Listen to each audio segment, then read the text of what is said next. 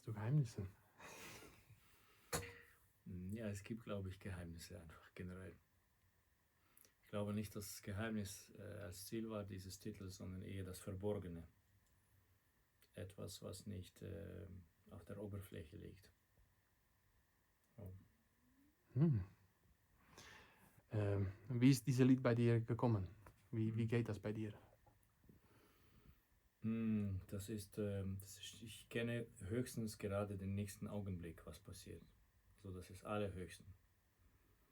Natürlich kann ich mich anstrengen, irgendwie eine Form vorauszuplanen, aber ich merkte, das macht mir weder Freude noch macht das einen Sinn, Notwendigkeit.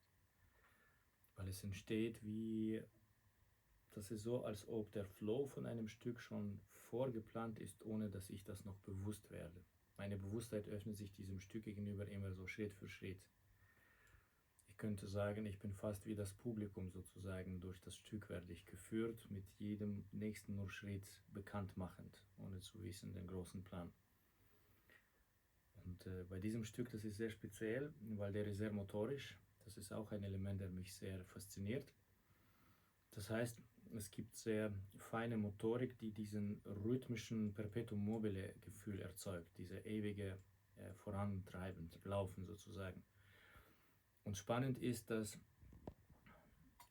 kontemplative, langsame Musik kann man sich gut vorstellen, als aus dem Moment downzuladen.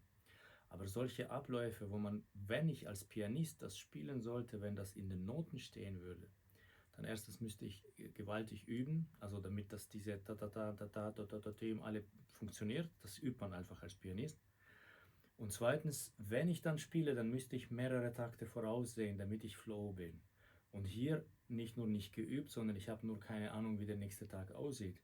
Und dennoch, dieser Flow ist so überzeugend und wenn ich schaffe, mich dahin zu geben, ohne zu versuchen zu kontrollieren, dann entsteht ein Fluss, der für mich selber eine Faszination ist.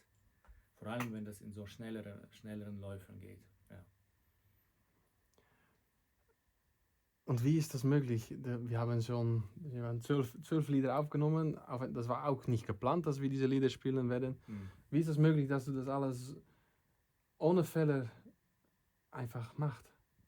Ja, und das ist schon das Thema des Geheimnisses. Jeder von uns hat so sein Geheimnis.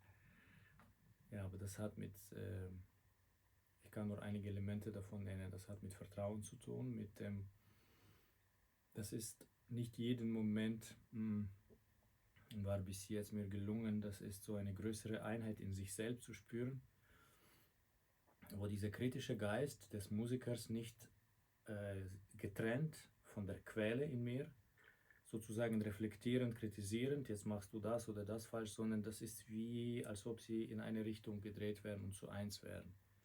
Und dann gibt es keinen Kritiker in mir, sondern da gibt es nur der Flow-Geist sozusagen. Und das ist für mich ein Geschenk, der genauso überraschend beschenkend ist für mich, wie unfassbar oder festhalten zu möglich. Ja. Wunderbar. Danke. Schön.